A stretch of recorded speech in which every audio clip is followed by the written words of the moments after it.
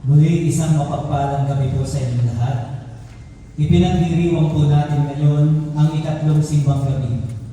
Magsitayo na po ang lahat at sabayan ng koro sa pambungag na awit.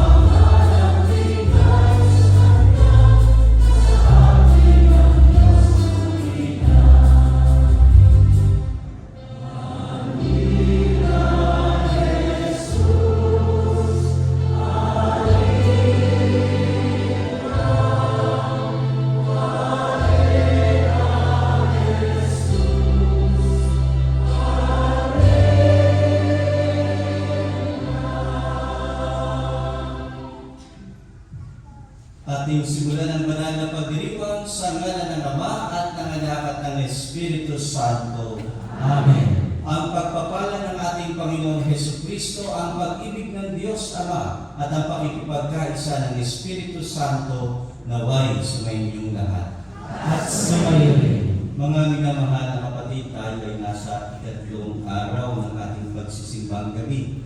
Muli tayo ay magpasalamat sa Diyos at humingi ng mga biyayang ating kinakailangan sa ating pang-araw-araw na pamumuhay. At sa pasimula ng pagdiriwang na ito, atin munang pagsisihan, aminin ang ating mga nagawang mga kasalanan, ihingi ito ng kapatawaran sa ating Diyos, upang tayo ay maging marapat na gumanap sa banal na pagdiriwang. Inaamin ko sa makapangyarihan ng Diyos at sa inyo mga kapatid, na lubha akong nagkasala sa isip, sa salita, at sa gawa, at sa aking pagkukulang. Kaya sinasamo ko sa mahal na Birhen Maria, sa lahat ng mga anghel at mga banal, at sa inyo mga kapatid, na ako'y panalangin sa Panginoong ating Diyos. Kawan tayo ng makapangyarihang Diyos, patawarin tayo sa ating mga kasalanan at patnubayan tayo sa buhay na walang hanggan. Amen. Amen.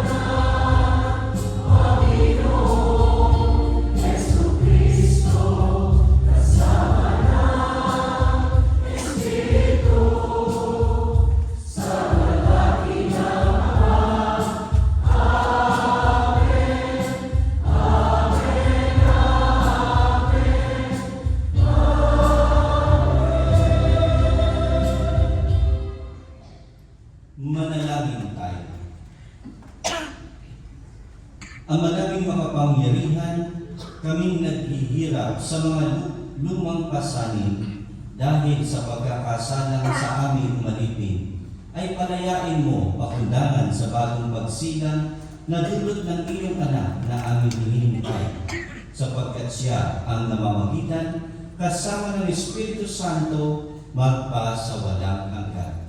Amen. Magsiupo po ang lahat at makinig sa pagpapahayag ng salita ng Diyos.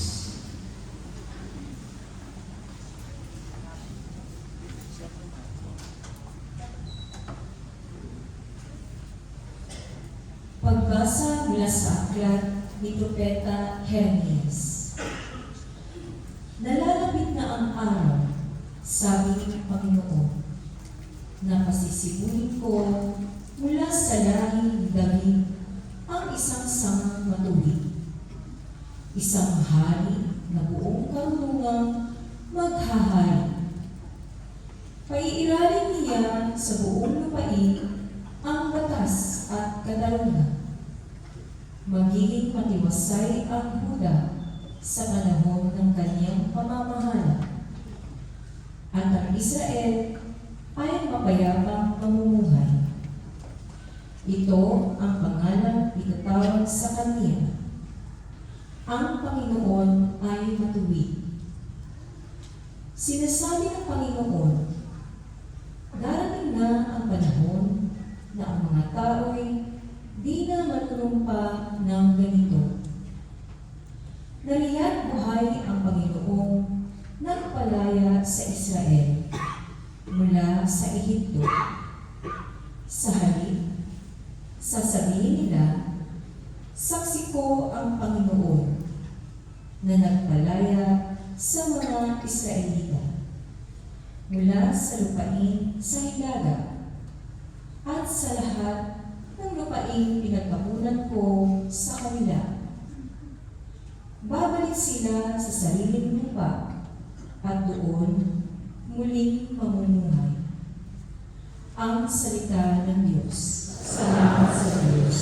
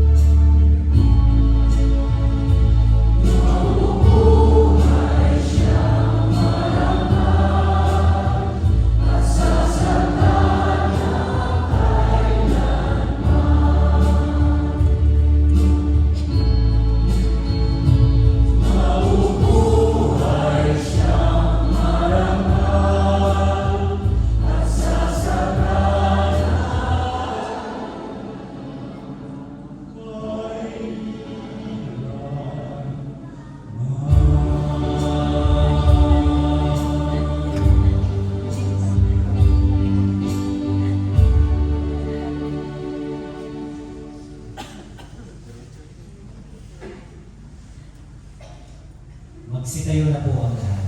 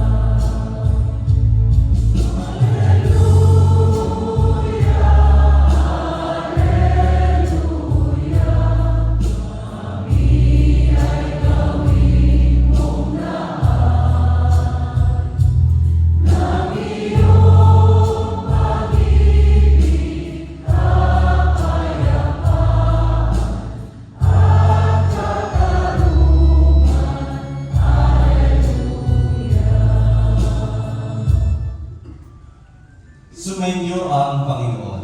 At sumayo rin. Ang pagpapahayag ng mabuting balita ng Panginoon ayon kay San Mateo. Papuri sa iyo, Panginoon. Ganito ang pagkapanganak kay Jesucristo. Si Maria na kanyang ina at si Jose na nakatakdang ng pakasal. Ngunit bago sila nakasal, si Maria ay natagpo ang nagdadalang tao. Ito'y sa pamamagitan ng Espiritu Santo.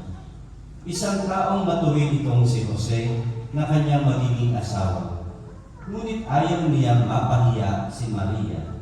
Kaya ipinasya niyang hiwalayan ito ng lihim. Samantalang iniisip ni Jose ito, nagpakita sa kanya sa panaginip ang isang anghel ng Panginoon. Sabi nito sa kanya, Jose, anak ni David, huwag kang matakot na tuluyang pakasalan si Maria, sapagkat siya'y naglili sa pamamagitan ng Espiritu Santo. Manganganak siya ng isang lalaki, at ito'y pangangalanan mong Jesus, sapagkat siya ang magliligtas sa kanyang bayan sa kanilang mga kasalanan. Nangyari ang lahat ng ito upang matupad ang sinabi ng Panginoon sa pamamagitan ni Propeta Isay ng mga propeta. Maglilihi ang isang dalaga at manganganak ng isang lalaki, at tatawagin itong Emmanuel. Ang kahulugay, kasama natin ang Diyos. Nang magising si Jose, sinunod niya ang utos ng anghel ng Panginoon. Pinakasalan niya si Maria. Ngunit hindi ginalaw ni Jose si Maria hanggang sa maipanganak nito ang isang sanggol na lalaki na pinangalanan niya Jesus. Mga kapatid, ang mabuting balita ng Panginoon. Pinupuri ka namin, Panginoong Jesucristo. Magsiupo na po ang lahat. Sino po yung nakakatatlong araw na? Wow, halos nakakatatlo. Nakadalawa pa lang. Isa. Unang araw, nagsimba ngayon. Ayan, di ba? Pero ilan? Hindi ko alam sa mga classrooms. Okay. Nung unang araw ng simbang gabi ay pinakita sa atin, magandang mag-review tayo, unang gabi, yung katotohanan na tayo tinanyahan magpatotoo sa pagiging isang Katoliko sa pagpapahayag ng mabuting balita. Kagabi, marahil sariwa pa sa inyong isip ang kwento ng buhay ng ating Panginoon, yung kanyang saling-saling lagi. At ipinapakita dito sa atin, paanyaya sa atin, na isama natin si Jesus sa kwento ng buhay natin, sapagkat ito ang nais ng Diyos. At ngayong araw na ito ay ipinapakita sa atin ang isang mahalagang persona sa panahon na ito ng ating paghahanda para sa pagsilang ng Panginoon. At ito'y walang iba kundi si San Jose. Parang ayaw mo maniwala. Si San Jose, kasama sa ating istorya. Ano nga ba ang misyon ni San Jose? Ano ang kanyang tungkulin? Ano ang kanyang gawain? Makikita po natin, no? Nakita natin na merong misyon si Jose. At ano ang kanyang misyon? Ang protektahan si Jesus at si Maria. To protect Jesus and Mary. Ito yung kanyang naging misyon sa buhay. Kaya nga mga minamahal mong kapatid, sa ating pagtitipon ngayon, ikatlong simbang gabi, mas damanan natin na malapit na yung Pasko. Ngayon tayo ay inaanyayahan na magbulay sa buhay nito ni San Jose, sa kanyang misyon, sa kanyang papel, sa kwento ng kapanganakan ni Kristo. Kaya nga sa ating Ebanghelyo, malinaw na narinig natin na si Jose binigyan ng napaka-espesyal na misyon. Alagaan sina Jesus at si Maria. No, ito yung espesyal na misyon niya. Si Jose ay hindi tinawag na katulad ni Juan Bautista na pumunta sa ilang para ipangaral ang mabuting balita. Hindi siya tinawag para magbinyag katulad ni Juan Bautista. Hindi siya tinawag para maging katulad nila Pedro, nila Juan, na maging alagad ng ating Panginoon. Hindi ito yung kanyang misyon, hindi ito ang panawagan sa kanya ng Diyos. Hindi siya tinawag na magbigay ng sarili niyang buhay bilang isang martir. Hindi ito ang misyon ni Jose. Sa halip, ipinagkatiwala sa kanya ng Diyos ang isang mahalagang bagay, kakaiba at napakabanal. At ito'y walang iba kundi ang alagaan, protektahan sina Jesus at si Maria ng buong puso. Hindi siya magpoprotekta sa isang kaharian. Hindi rin isang palasyo ang kanyang iingatan. Hindi rin isang imperyo nung panahon na yun. Pero masigit pa rito ang ibinigay ng misyon ng Diyos sa kanya. Sapagkat ang kanyang poprotektahan ay walang iba kundi ang bugtong na anak ng Diyos at ang ina ng anak ng Diyos. Ito ay isang misyon na hindi madali. Sa unang tingin, tila simple ang tungkulin ni Jesus, ni Jose. Alagaan si Jesus at si Maria. Ngunit sa katotohanan, hindi yun naging madali para kay Jose. Alam ni Jose na ang batang ipinagkatiwala sa kanya ay anak ng Diyos. Katuparan ng pangako ng Diyos noong unang-una pa.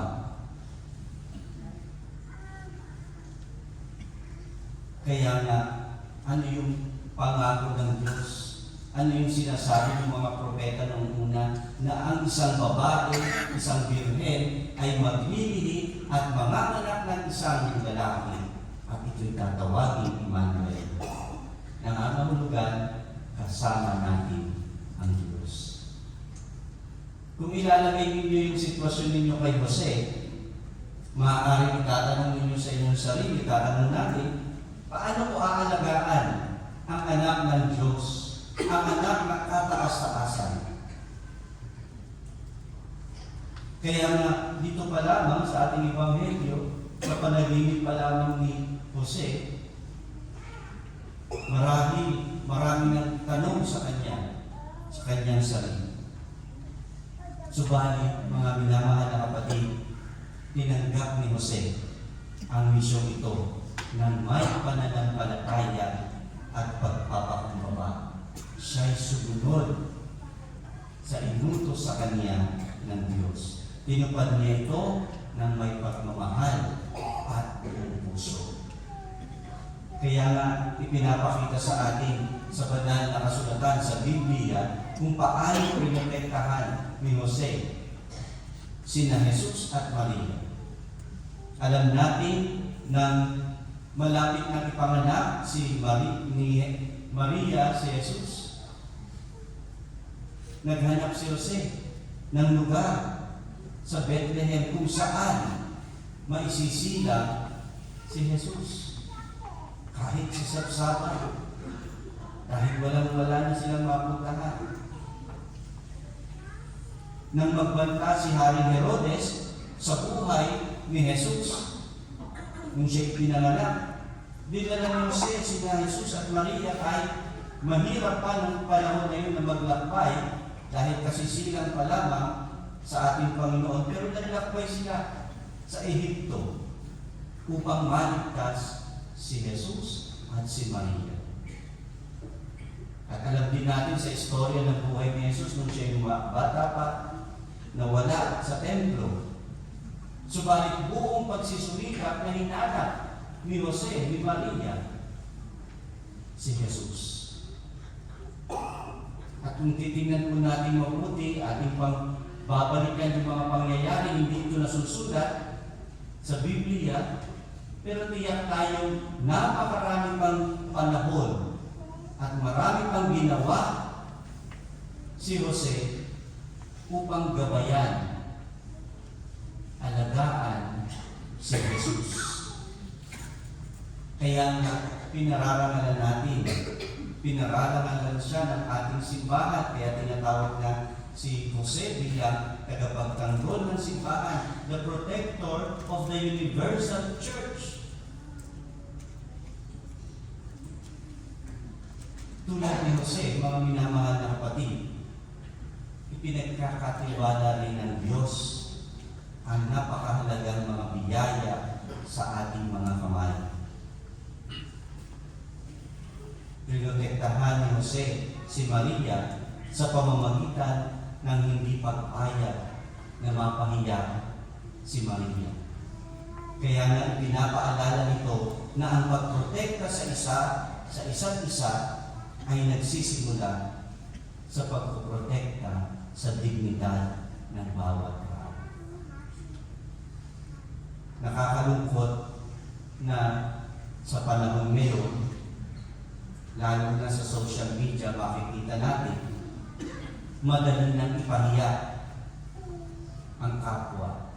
Madali nang saktan, siraan ang isa't isa. Subalit taliwas ito sa halimbawa na ipinakita ni Jose. Dahil if you want to protect a person, iingatan natin yung kanilang dignidad na huwag masira. Kaya nga, ibinibigay sa atin si San Jose bilang isang halimbawa.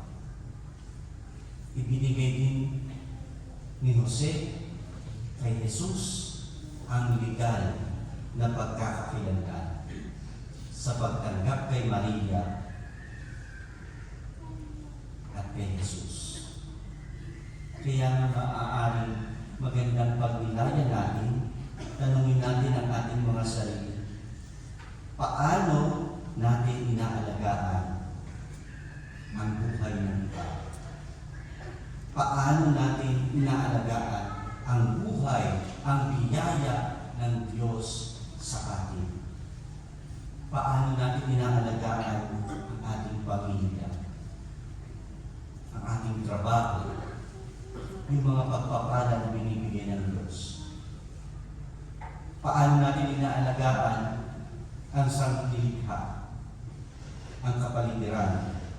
Paano natin inaalagaan ang pananampalataya na ipinagkakatiwala sa atin ng Diyos? Pinaalalahanan tayo mga kapatid ni San Pablo na ang pananampalataya ay biyaya. Faith is a gift. At kung hindi natin ito ingatan, maaaring humina ito o tuluyang mawala. Mga minamahal na kapatid, nang tinanggap ni Jose ng seryoso ang misyon na alagaan sina Jesus at Maria, naway ganoon din tayo. Naway hindi lang natin alagaan, kundi protektahan natin si Jesus. Protektahan natin ang isa't isa. Naway alagaan natin ang mga pagpapalang pinagkakaloob sa atin ng Diyos. Naway pangalagaan natin ang dignidad at pananampalataya ng bawat isa. Kaya nga, pasalamatan natin ang ating Panginoon dahil kay San Jose. Hilingin natin ang kanyang patuloy na paggabay sa atin. Tulad ng paggabay niya, pag-aalaga niya kina Jesus at kay Maria. At tulad ni San Jose, naway may pagmamahal natin, protektahan ang lahat ng pinagkakaloob ng Diyos sa ating mga kamay. Ang mga tao nasa paligid natin, ang ating kapwa na kasama natin sa paglalakbay na ito upang sa ganon tunay na makamtan natin ang kaligayahan pinagkakatiwala din sa atin ng Diyos, ang buhay na wala hanggan. Amen. Magsitayo po.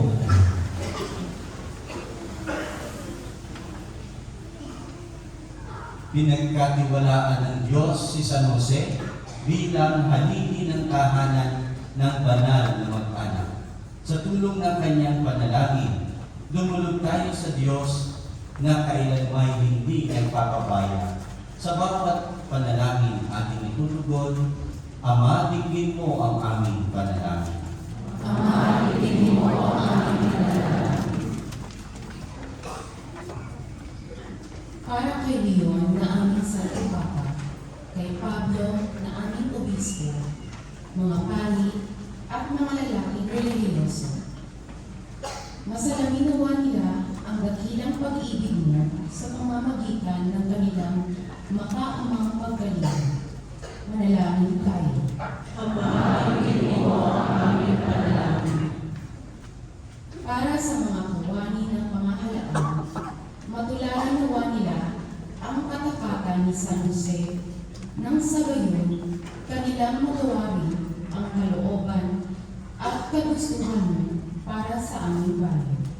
Manalangin tayo. Ama, ibigin mo ang aming panalangin. Para sa mga haligi ng tahanan, maipadama nawa nila ang kanilang pag-ibig at pag-aaruga sa kanilang pamilya sa pamamagitan ng kanilang pagsusunika at mabuting pamumuhay. Manalangin tayo. Ama, ibigin mo ang aming panalangin. Para sa mga dumaranas ng matinding pagsubok sa kanilang buhay, makatagpo nawa sila ng pag-asa at pananampalataya sa pamamagitan ng panalangin ni San Jose.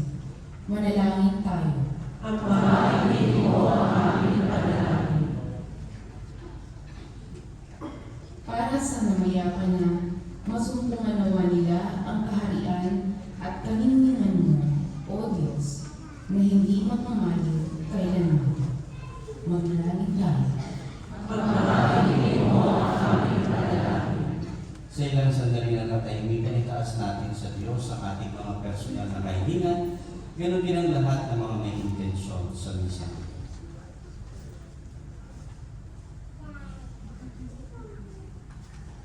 O Diyos, tulungan mo kaming magkaisa bilang iisang mag-anak sa ilalim ng iyong makaamang pagkaaruga. Turuan mo kaming matulad kay San Jose na siya naging tapat at masunurin sa kanyang mga pangako sa iyo. Hinihiling namin ito sa pamamagitan ni Jesucristo, aming Panginoon. Amen. Magsiulo.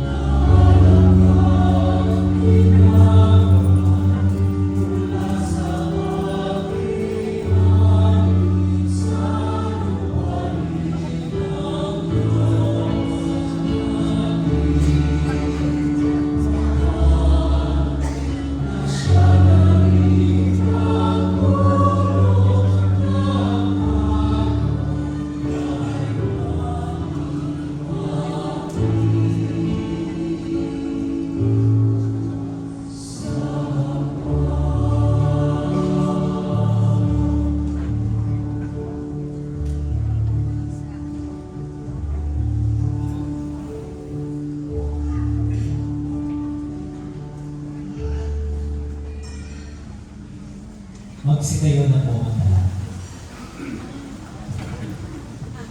Manalangin kayo mga kapatid upang ang paghahain natin ay kalugdan ng Diyos, amang makapangyarihan. Ang ginawa ng Panginoon, itong paghahain sa iyong mga kamay, sa kapulihan niya at karangalan sa ating kapakinabangan, at sa buong sambayanan ng banal. Ama naming lumikha, ang pagdiriwang namin itong paghahain sa iyo ay magpagindapat naman kami pangibabawan ng ngalan mo, upang kami maging marapat makasalo sa buhay na walang maliw ng anak mong naging abang tao upang kami pagalingin, sapagkat siya ang namamagitan, kasama ng Espiritu Santo, magpa sa walang hanggan. Amen. Sumainyo ang Panginoon. At sumayo rin. Itaas sa Diyos ang inyong puso at diwa. Itinas na namin sa Panginoon. Pasalamatan natin ang Panginoong ating Diyos. Marapat na siya ay pasalamatan. Ama naming makapangyarihan, tunay nga marapat na ikaw ay aming pasalamatan sa pamamagitan ni Jesucristo na aming Panginoon. Ang pagsusubong mo sa Kanya ay ipinahayag ng lahat ng mga propeta. Ang pagsilang niya ay pinanabikan ng mahal na Birhen Kanyang inang tunay. Sa kapangyarihan ng Espiritong Banal, ang pagdating niya inilahad ni San Juan Bautista sa kanyang pagbibinyag. Ngayong pinaghahandaan namin ang maligayang araw ng kanyang pagsilang, kami nananabik at nananalangin, lubos na makaharap sa kanyang kadakilaan. Kaya kaysa ng mga anghel na nagsisiawit ng papuri sa iyo, nang walang humpay sa kalangitan, kami nagpupunyi sa iyong kadakilaan.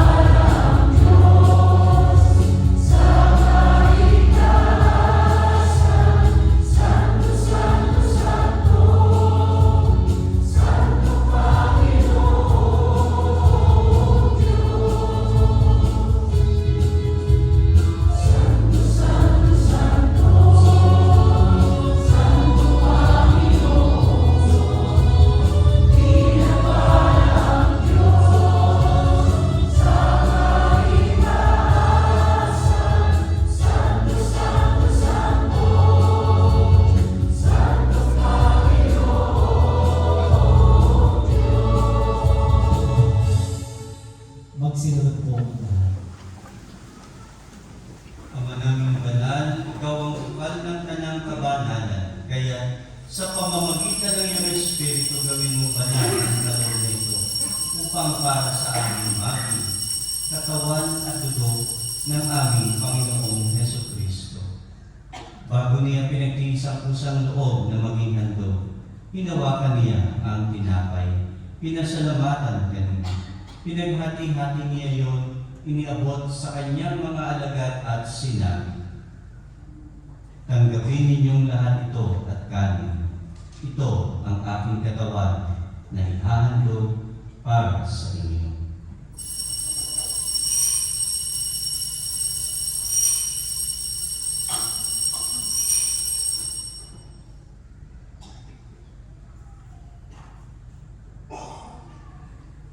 Gayon din naman noong matapos ang hapunan, hinawakan niya ang kalis. Muli kaniyang pinasalamatan, iniabot niya ang kalis sa kanyang mga alagad at sinabi, tanggapin ninyong lahat ito at inumin.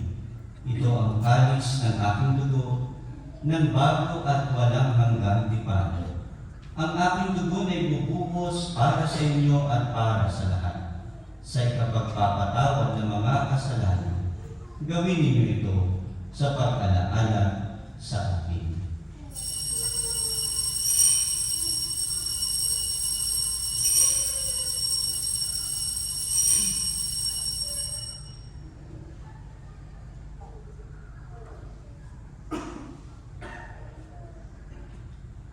Ipagbunyi natin ang misteryo ng pananampalataya.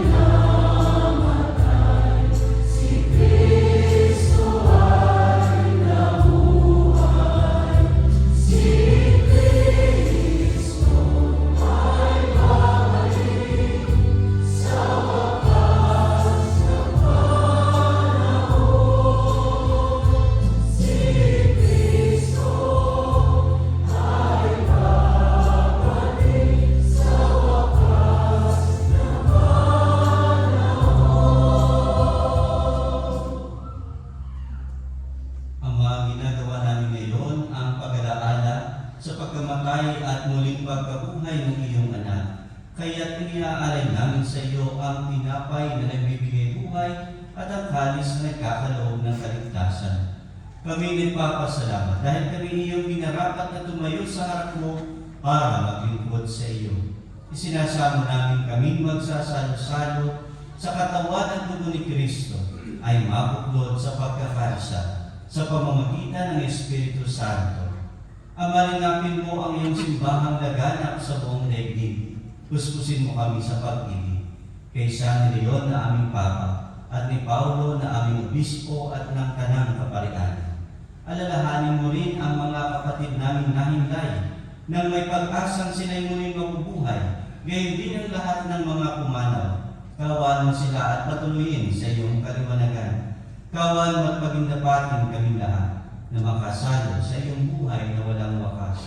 Kaysa ng mahal na Birhen Maria na ina ng Diyos at ni San Jose na kanyang esposo. Kaysa ng mga apostol at ng lahat ng mga banal na namuhay dito sa daigdig ng kalugod-lugod sa iyo, maipagdiwang nawa namin ang pagpupuri sa ikararangan mo sa pamamagitan ng iyong anak na aming Panginoong Hesukristo. Sa pamamagitan ni Kristo, kasama niya at sa Kanya, ang lahat ng parangal at papuri ay sa iyo, Diyos Ama, makapangyarihan, kasama ng Espiritu Santo, magpasawalang hanggan.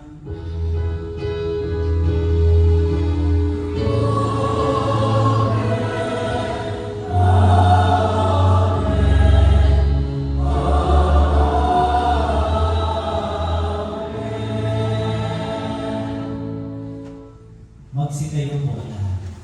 Sa tagubilin ng mga nakagagaling na utos sa turo ni Jesus na Panginoon natin at Diyos, ipahayag natin ng lakas loob.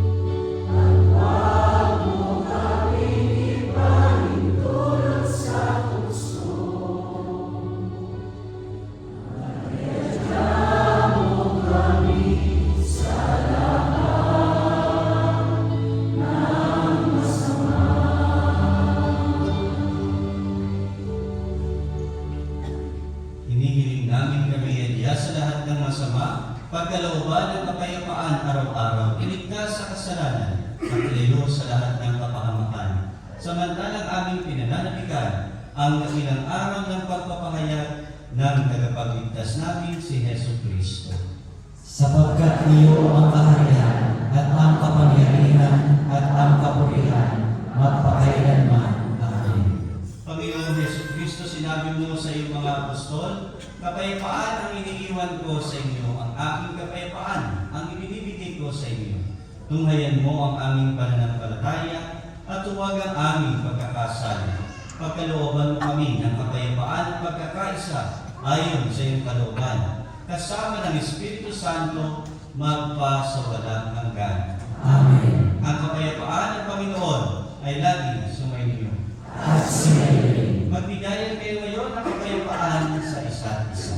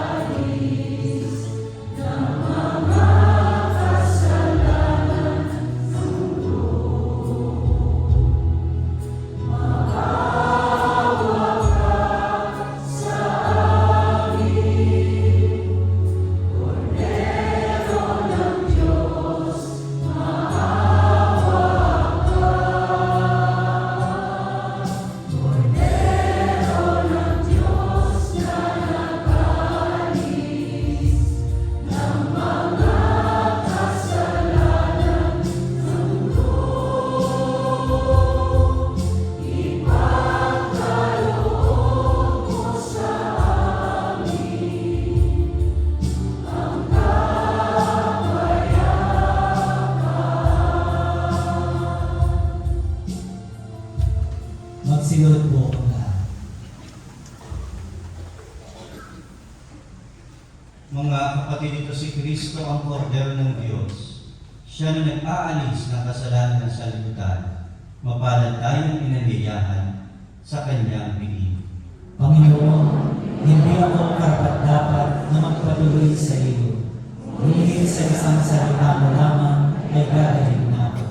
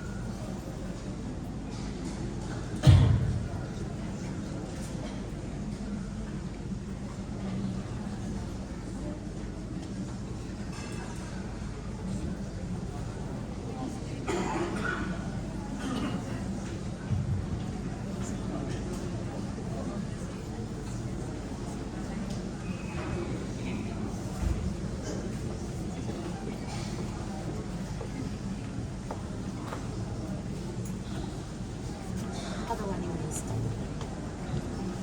Ang katawan ni Kristo. Ang katawan ni Kristo. Ang katawan ni Kristo. Ang katawan ni Kristo. Ang katawan ni Kristo. Ang katawan ni Kristo. Ang katawan ni Kristo. Ang katawan ni Kristo. Ang katawan ni Kristo. Ang katawan ni Kristo. Ang katawan ni Kristo.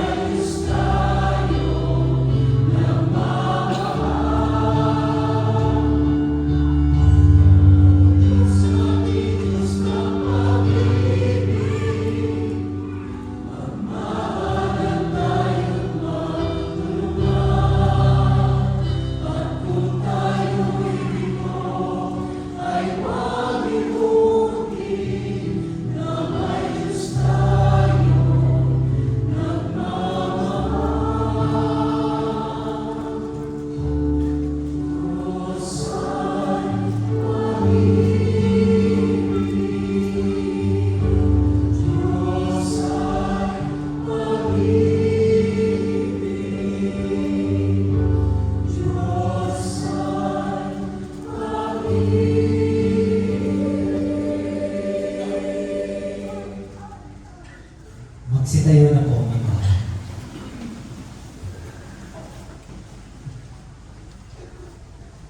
Manalangin tayo.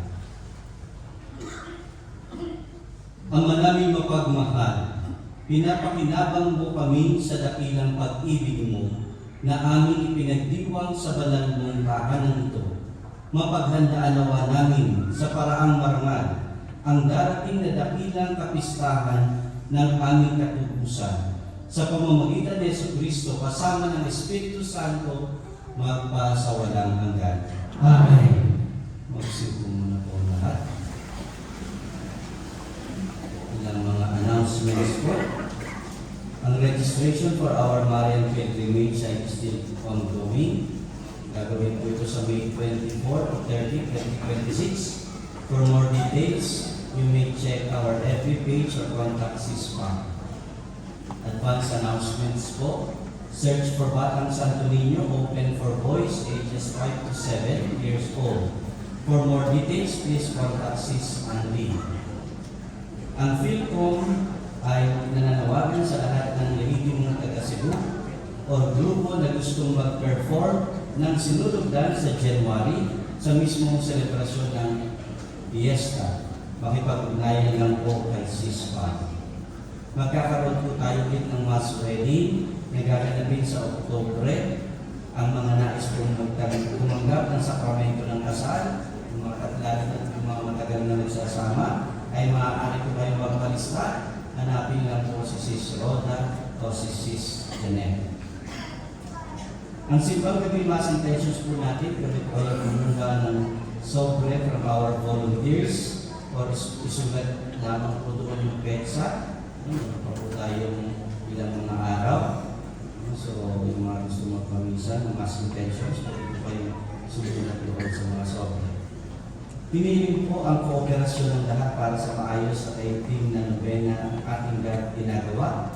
So, sa December 21 po, dahil may simbang gabi po tayo, ito po ay Sunday, wala po tayong misa ng Tagalog Mass ng 12:15 ng tanghali. Ano po, yan, reminder. Kasi may tumadating po rin ng ako lang misa ng Tagalog 12:15, ha?